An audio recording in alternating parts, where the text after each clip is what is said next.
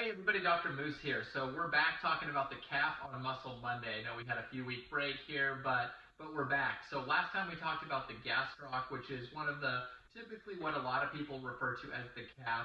We're going to talk about the soleus today, which the soleus in Chinese medicine is kind of a unique muscle. Also in like physiology and all that, it has some really unique characteristics.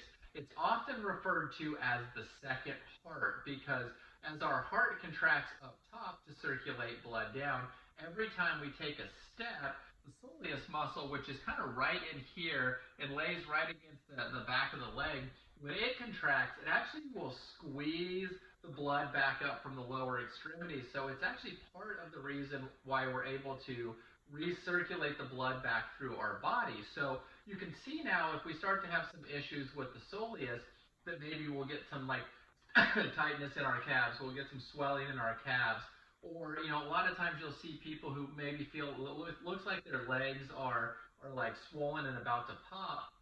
That can be because of some weakness in the soleus or trouble with the vein and venous return in the body. So some interesting things about the soleus. The soleus is related to two organs in Chinese medicine.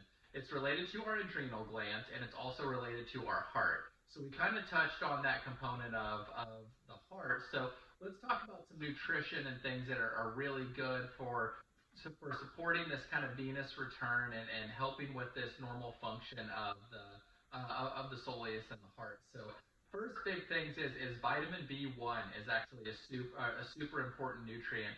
Vitamin B1 and magnesium are really essential in running the bundle branch in the heart. If we don't have enough of those, our heart can't conduct electricity down the bundle branch to create proper contraction. And so people that have issues with that, they may have things like a murmur or a prolapse or other things where the heart just isn't contracting like it should.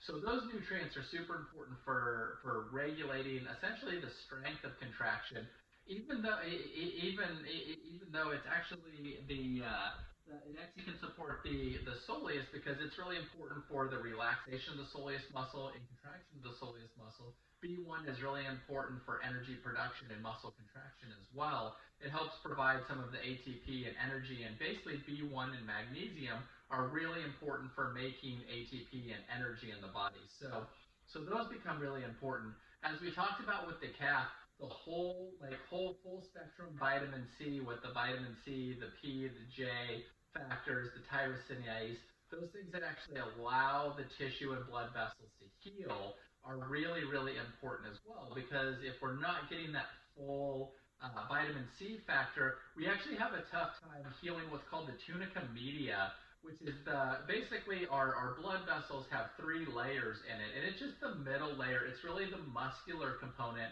of the blood vessel. It allows the blood vessels to squeeze and contract and push the blood back up. So that also, the full spectrum vitamin C becomes really important for that as well. And to go back to kind of the vitamin B1 and magnesium are really essential for regulating like blood pressure. And so we have to have an optimal amount of blood pressure, not too high, not too low. And if we don't have, and vitamin B1 is actually important for making the heart contract, so it actually can increase the blood pressure a little bit, which oftentimes when people are having issues with issues in the lower leg and things like that, they're actually not able to create enough pressure inside the blood vessels to return the blood back to the heart. So those become some really important nutrients that are related to the heart.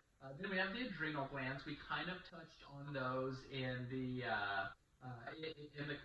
section on the gastroc. Again, whole food vitamin C is super important for there. All your B vitamins for energy, zinc for proper cortisol management, and those areas become really important.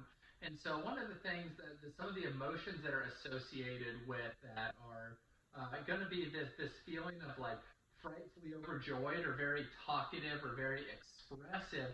Sometimes you've probably met somebody like that who's just that really excited, really happy, talks really fast. I know I do it quite a bit sometimes too, but you kind of just get going, 100 miles an hour, and they're just really, they're just so happy and so expressive.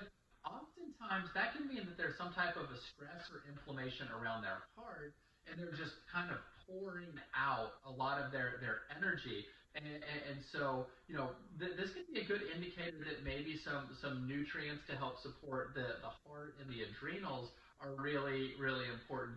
Another interesting one to kind of go on the other side is one of the emotions of the adrenals is we talked about instability, but another thing that kind of comes up quite often is the feeling of like paranoia. So if people feel like there's always somebody out to get them, or there's something going to go wrong, or something bad's going to happen. Oftentimes, that can be a sign of some stress in the adrenal glands as well, because your body's not able to like deal with stress very effectively. So it's kind of looking for the possibilities of where it could come from, and so people sometimes will start to create this own stress that maybe doesn't exist because it's just this kind of normal, or it's kind of an adaptive response to a stressed out adrenal system. So those are two things that we can kind of see that go along with that. So yeah, we're looking for good sources of B vitamins, whole food vitamin C complex, glandulars such as spleen, liver, and adrenal can all be really helpful in here, along with heart as well too. Those can all be really important things. Again, the electrolytes are always going to be really important. Your calcium, magnesium, sodium, potassium are going to be great. A good combo of these nutrients can actually be found in our Paleo Energy Power Packs that we have. They actually have a full spectrum of all the activated B vitamins. And then we have good nutrition sources from all the glandulars. And then you couple that with the Light Switch products, which has the electrolytes, the calcium, magnesium, sodium, potassium, and 84 different trace minerals. You've really got a good powerhouse of a base of nutrition. So we hope you find this interesting. Check out the Paleo Energy Power Packs and the Light Switch on our website at the Human Nutrition Project, and we'll look forward to talking to you next week.